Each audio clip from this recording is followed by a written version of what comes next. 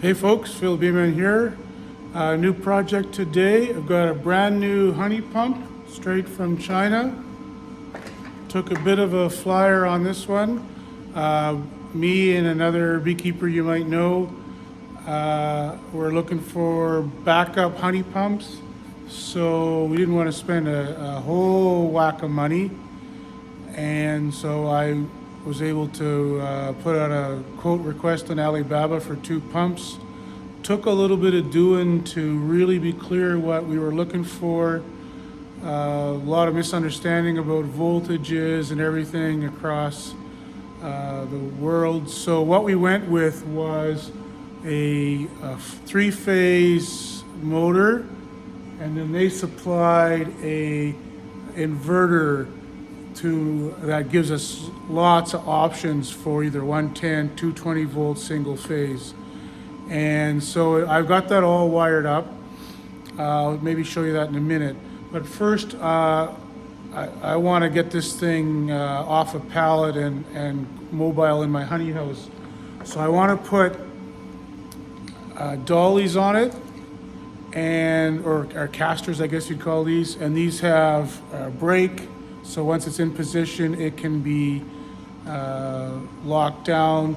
But I want to be able to, clear the deck, wash the floor down, push it out of the way without lifting it. It's heavy. So, and I didn't want. It has some mounting holes. I think that's to bolt it to a floor or to more equipment. But I'm concerned about these casters. When you push that way, they tend to, follow. So if you're pushing it sideways, you're pushing that way, and the center of gravity shifts as the casters turn, and pretty soon the whole thing goes over on you.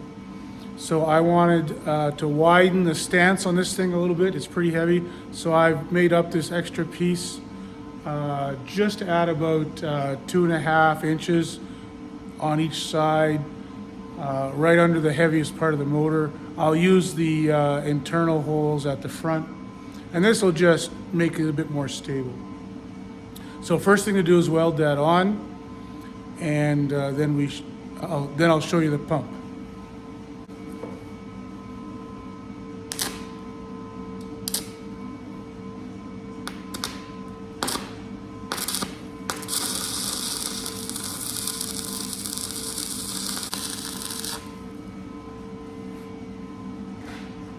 So as you can tell, I'm not a professional welder. I just bubble gum things together here. But for the purposes of this, that's going to be more than enough. I can never remember if I'm supposed to go down or up, left or forehand or backhand. I just kind of do what works. Although that weld going down looks nicer than the one coming up, so maybe I'll do that.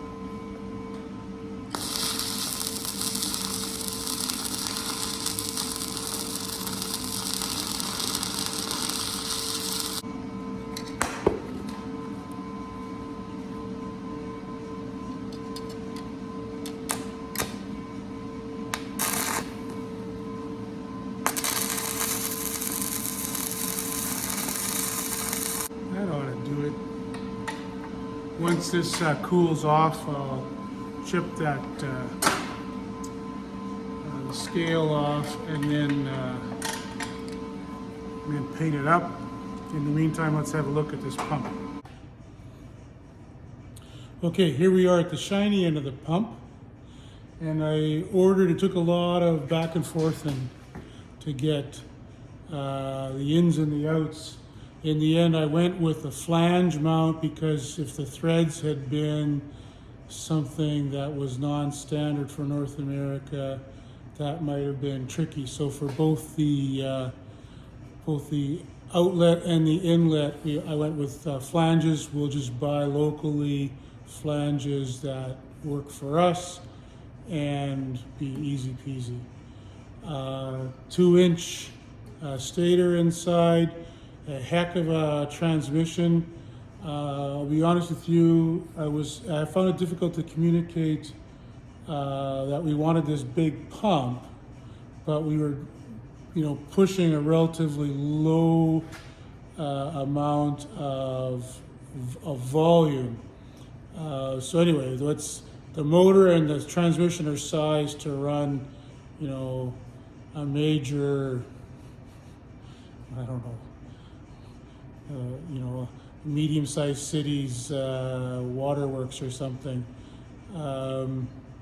So like we can pump, I think 10,000 gallons a day or some damn thing if we run this at full speed.